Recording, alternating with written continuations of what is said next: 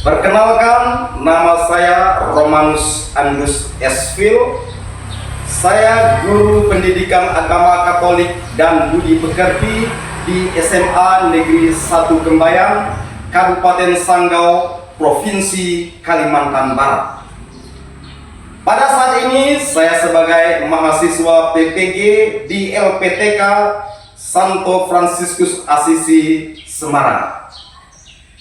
Mari kita langsung masuk ke video praktek pembelajaran di kelas.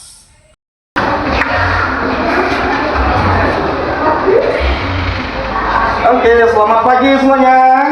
Pagi. Selamat berjaya. Terima kasih. Kalau kita pagi hari ini bisa berkumpul, kita akan mempelajari materi tentang dialog dan komunikasi antar umat beragama dan berkepercayaan. Sebelum kita memulai kegiatan pembelajaran kita, mari kita ambil sikap berdoa. Kita menandai diri kita dengan tanda kemenangan Kristus dalam nama Bapa dan Putra dan Roh Kudus. Amin. Allah Bapa yang Maha Tinggi, sehingga pada saat ini kami bisa berkumpul bersama di ruangan ini untuk belajar bersama, untuk mendalami materi tentang dialog dan komunikasi antar umat beragama dan berkepercayaan. Allah Bapa yang Maha Kasih, kami mohon kiranya berkat dan kasih-Mu menyertai kami, agar selama pembelajaran ini dapat kami laksanakan dengan baik, dan kelak apa yang kami pelajari mampu kami terapkan dalam kehidupan kami sehari-hari. Semuanya ini kami haturkan ke dalam tangan-Mu melalui perantaraan Putra-Mu terkasih, Tuhan kami Yesus Kristus.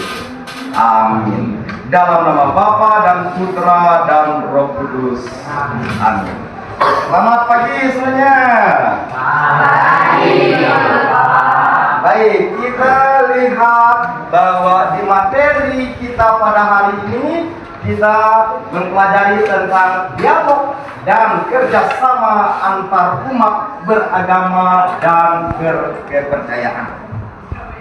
Tujuan dari pelajaran kita pada hari ini yakni yang Bapak inginkan supaya kalian mengerti dan memahami makna dialog dan kerjasama antar umat beragama dan berkepercayaan, serta kelak dapat menerapkannya dalam kehidupan sehari-hari. Amin. Baik, untuk selanjutnya kita lihat. Sebelum kita mendalami materi ini, Bapak ingin bertanya, apa sih penyebabnya sehingga terjadi intoleransi antar umat beragama itu? Mungkin ada yang mau berpendapat? Ya, silakan. Ya, silakan.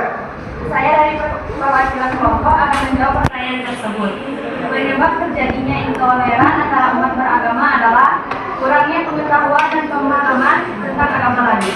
Ya, menurut pendapat kawan kita bahwa terjadinya intoleransi ini karena kurang paham dengan agama orang lain, kurang menghargai. Mungkin ada lagi yang mau berpendapat? Ada yang mau berpendapat lain? Tidak ada? Oke, yang berikutnya tadi kita lihat penyebabnya. Selanjutnya Bapak bertanya, apa sih akibatnya kalau ada terjadi intoleransi antar umat beragama?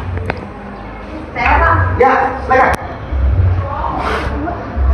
Saya dari kelompok akan menjawab akibat dari adanya intoleransi antar umat beragama terjadinya kerusuhan antar umat beragama Pak.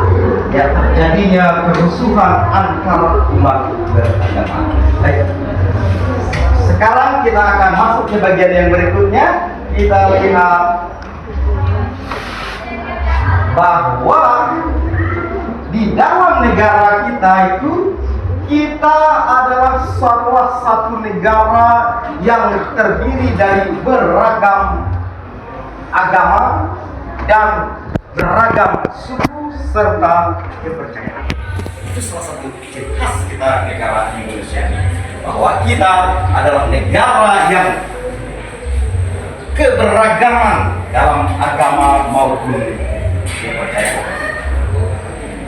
Oleh karena itu maka kita membutuhkan suatu dialog dan komunikasi, bahwa hal itu penting untuk menjaga kerukunan antar umat beragama. Yang tentunya tujuan dari presentasi yang Bapak buat ini adalah untuk memahami, agar kita semua memahami esensi dari dialog dan komunikasi tersebut. Supaya kita paham, mari kita lihat dari kitab suci. Kita dengarkan dari kitab suci, yakni dari Injil Matius bab 5 ayat 13 sampai dengan 16. Ya, silakan kalau kita ada yang siap membaca kitab suci. Garam dunia dan terang dunia. Kamu adalah garam dunia. Jika garam itu menjadi tawar, dengan apakah ia diasinkan? Tidak ada lagi gunanya selain dibuang dan diinjak orang.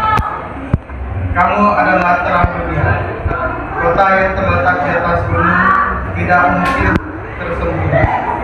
Lagi pula orang tidak menyalakan pelita lalu meletakkannya di bawah genteng,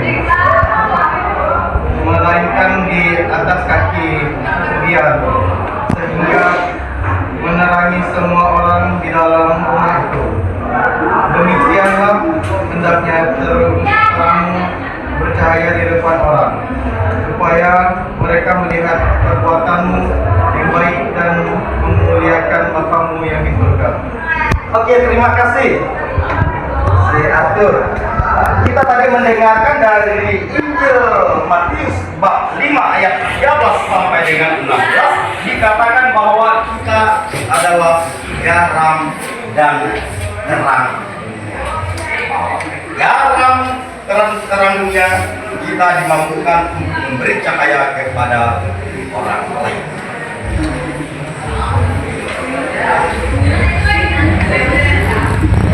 Baik, kita akan melihat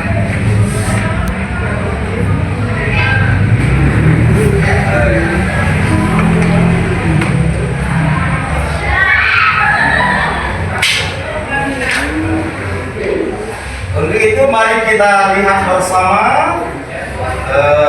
salah satu video tentang terjadinya.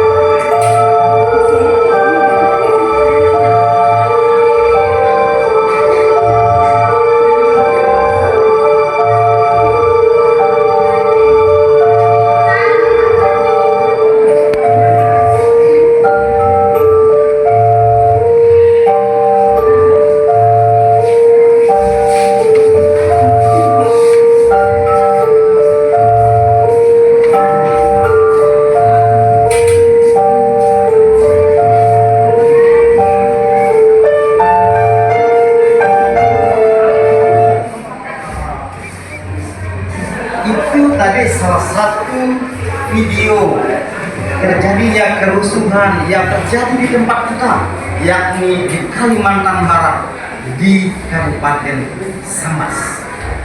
Dan kerusuhan pada tahun 1998.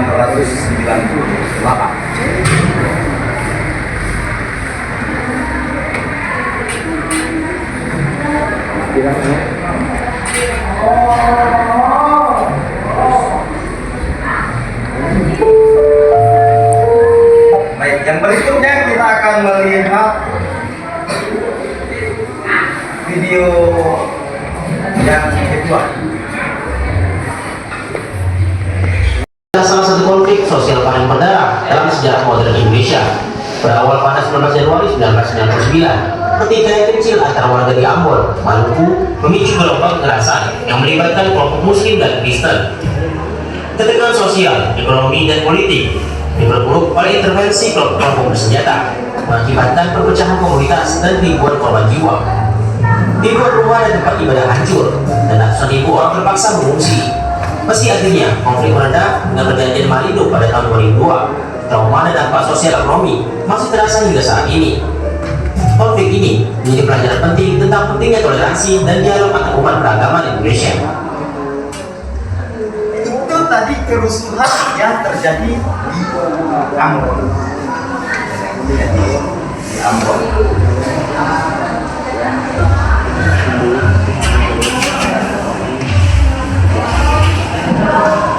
Setelah kita menonton video tadi, apa yang menjadi penyebab atau apa sih yang menjadi penyebab terjadinya kerusuhan antar umat beragama dan berkepercayaan tadi?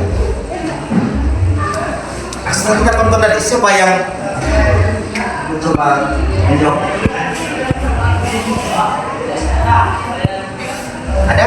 Ya, silakan, minggu.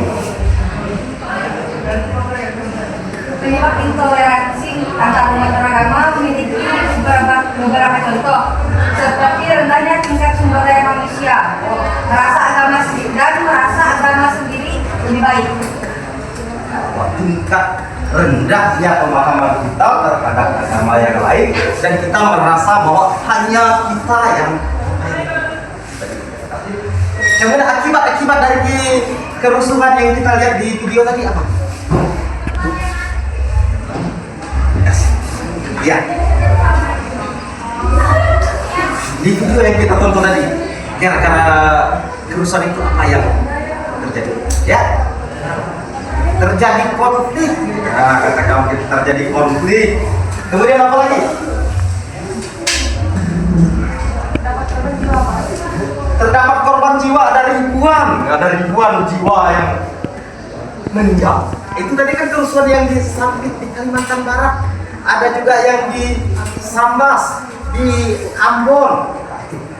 Itu kerusuhan antar umat beragama, antar pengikut Kristus dengan saudara-saudara dan orang Muslim. Selanjutnya kita lihat apa sih rupanya definisi dari dialog itu, bahwa dialog itu berarti bertujuan untuk interaksi yang melibatkan pikiran dan gagasan. Namanya dialog pasti ada interaksi untuk pertukaran pikiran dan gagasan antar agama. Kenapa harus ada? Supaya pemahaman menjadi bersama, bahwa kita mencari titik temu kesepahaman bersama tanpa mengubah keyakinan. Jangan kita berdialog dengan agama lain bukan berarti kita mengubah agama orang lain menjadi agama kita, ataupun sebaliknya kita mengubah agama kita ikut agama yang lain. Enggak, tapi dengan berdialog supaya kita bisa saling memahami. Dan dialog juga bertujuan atau bukan hanya untuk menggabungkan satu persepsi saja, tetapi kita untuk menggabungkan atau menyatukan pemahaman agar terjadi perubahan ke arah yang lebih baik. Prinsip dari dasarkan dialog itu kalau kita mau berdialog dengan saudara-saudara kita yang beragama Islam, maka yang pertama kita harus tahu dulu prinsipnya. Prinsipnya dalam agama Islam ada yang disebut dengan tauhid, ada ayat Al-Quran, dan ada etika darinya. Apa sih tauhid itu? Tauhid berarti sebagai landasan persaudaraan kemanusiaan. Dalam ajaran mereka juga ada ajaran tauhid. Landasannya adalah landasan kemanusiaan.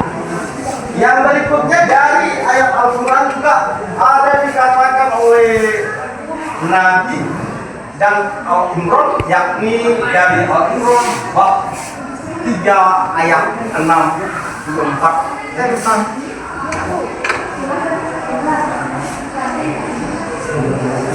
yang berikutnya kita lihat apa sih manfaat dialog. Dengan melakukan dialog berarti kita mengurangi prasangka, atau stereotip terhadap orang lain yang bersifat negatif. Kalau kita dengan berdialog, kita nggak lagi memikir mereka yang negatif.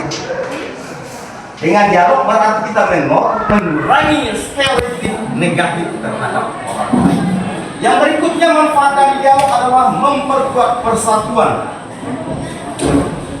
dan kesatuan bangsa, serta dengan melakukan dialog berarti kita kerjasama dalam satu isu kemiskinan dan lingkungan, khusus di Indonesia.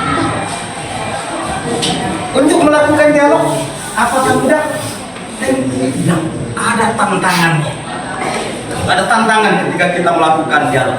Tantangan yang kita hadapi dalam dialog tentu harus punya strategi. Strateginya salah satunya yakni pendidikan dan literasi agama yang inklusif. Atau dengan kata lain, kalau kita mau berdialog, kita harus kuat dulu dalam agama kita. Kuatkan dulu dalam agama kita, baru kita bisa berdialog dengan orang lain. Yang kedua, strategi untuk mengatasi tantangan itu adalah mengembangkan empati dan kemampuan mendengarkan secara. Kalau kita tidak bisa mendengar, kita tidak bisa berdialog. Haji kita yang mau berebut berbicara kan? Untuk berdialog dengan baik harus bisa mendengar. Dan yang ketiga, strategi dari mengatasi tantangan dalam dialog itu yaitu mencari titik temu dalam nilai-nilai bersama. Bagaimana sih contoh dialog yang berhasil itu? Contoh-contoh dari dialog yang berhasil, yang sukses, misalnya yang pernah dilakukan oleh tokoh dari agama Muslim dan tokoh dari agama Katolik. Mereka melakukan dialog tentang isu-isu kebangsaan di Indonesia. Contoh dialog yang lain yakni kita memerlukan rumah bersama, bahwa ruang dialog merupakan kerjasama lintas agama, kepercayaan, dan kepercayaan. Harus ada rumah dialog baik di sekolah kita maupun di tempat yang lain. Dan yang berikutnya, supaya dialog dapat berhasil, maka kita membutuhkan forum dialog antar umat beragama dan beretnik. Itu bisa kita buat di sekolah. Kita bisa berdialog dengan agama Muslim. Tipsnya yang pertama adalah kita memiliki pikiran terbuka. Kita harus bisa terbuka, kemudian menghindari sensitivisme. Kadang-kadang kalau orang sensitif itu kan belum apa-apa, singgung sedikit, pecah. Itu nama sensitif. Dan yang berikutnya adalah kita diwajibkan untuk mampu mendengarkan secara saksama, mengajukan pertanyaan hormat dengan mendengarkan jawaban juga dengan hormat. Makanya kita berbicara, kita juga yang mendengar.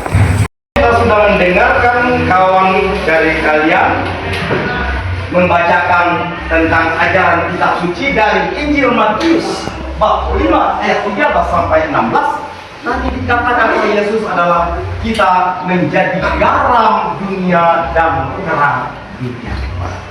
Guru yang pertama dan utama yang mengajarkan kita untuk berdialog dan berkomunikasi antar umat beragama tadi adalah Yesus. Dalam Injil Matius bab 5 ayat 13 sampai 16, Yesus berinteraksi positif dengan orang Yahudi, mengajarkan kerjasama, menghargai kontribusi, dan mengutamakan kemanusiaan.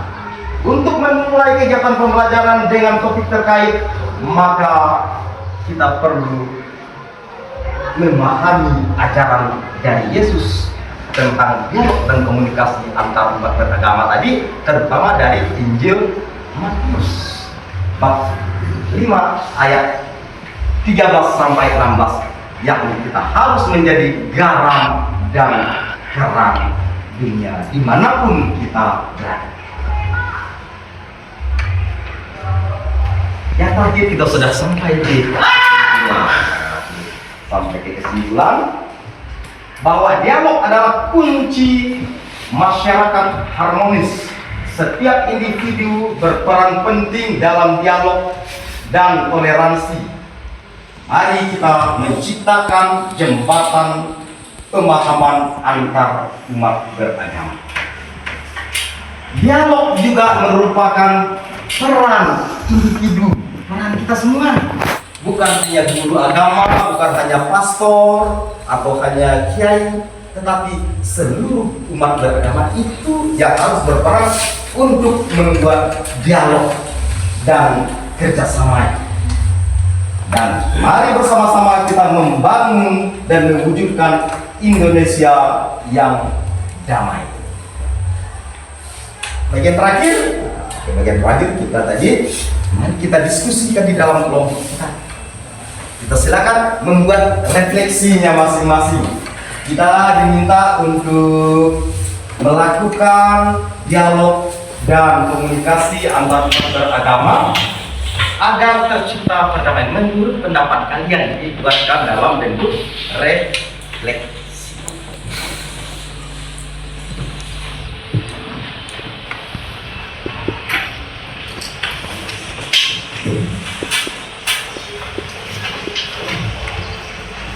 Bahwa kita tadi sudah mempelajari tentang dialog dan komunikasi antar umat beragama. Bagaimana supaya kita bisa menghidupi dalam kehidupan kita sehari-hari?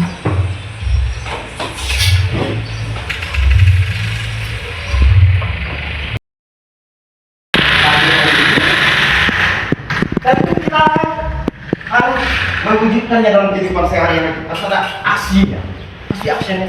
Kalau kita hanya belajar apa kita tahu, tapi tidak kita buat, tidak ada. Oleh karena itu, kita perlu aksi.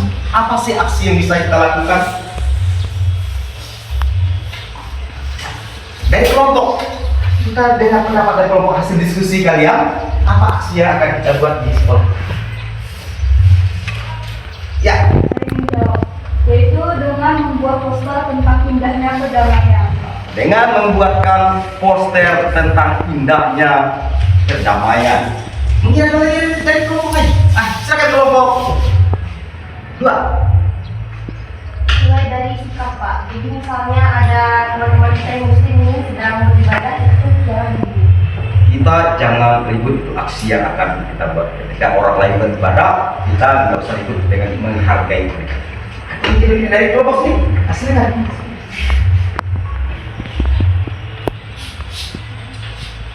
Dari kelompok belakang, tadi dia senyum-senyum. Apa aksi yang akan dibuat untuk menunjukkan bahwa kita tadi mempelajari dialog dan komunikasi harus kita hidupi minimal dari sekolah kita.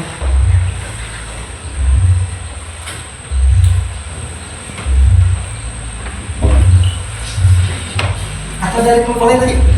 Terakhir satu. Satu.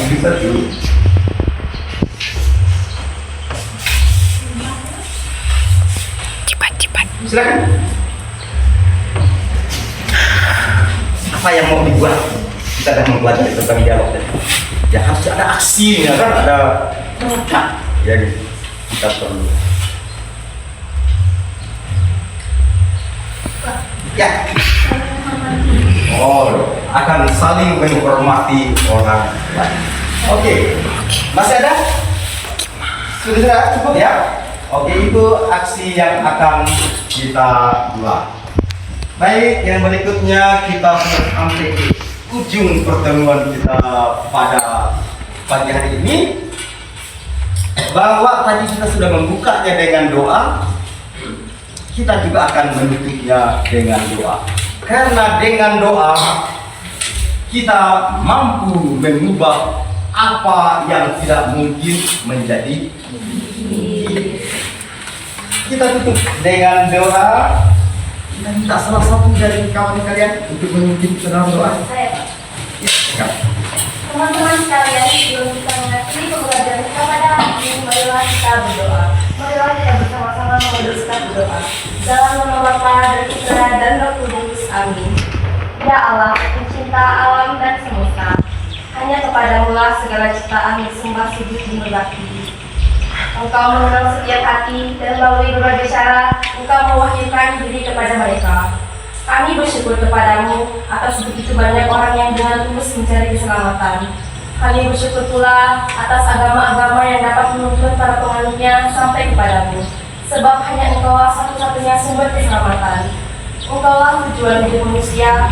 Kami bersyukur atas begitu banyak tokoh agama yang menjadi panutan dalam berbakti kepadamu dan dalam mengasihi sesama manusia. Kami mohon, ya Bapa, semoga Engkau berkenan mengembangkan semangat kerukunan antar umat beragama. Jauhkanlah dari kami sikap merendahkan penganut agama lain. Semoga semua orang sungguh menghayati dan mengamalkan ajaran imannya dan hidup dengan bertakwa. Bantulah para pemuka agama agar tekun meneladani dan mengajak umatnya untuk menghormati, mengasihi, menghargai penganut agama lain dan saling mengakui adanya perbedaan antar agama. Kami mendoakan pula orang-orang yang tidak masuk dalam agama manapun, tetapi sungguh percaya akan Engkau, Allah yang Esa. Hanya Engkau sendirilah yang mengenal iman mereka. Terangilah mereka ini dan bimbinglah agar sampai pada jalan keselamatan.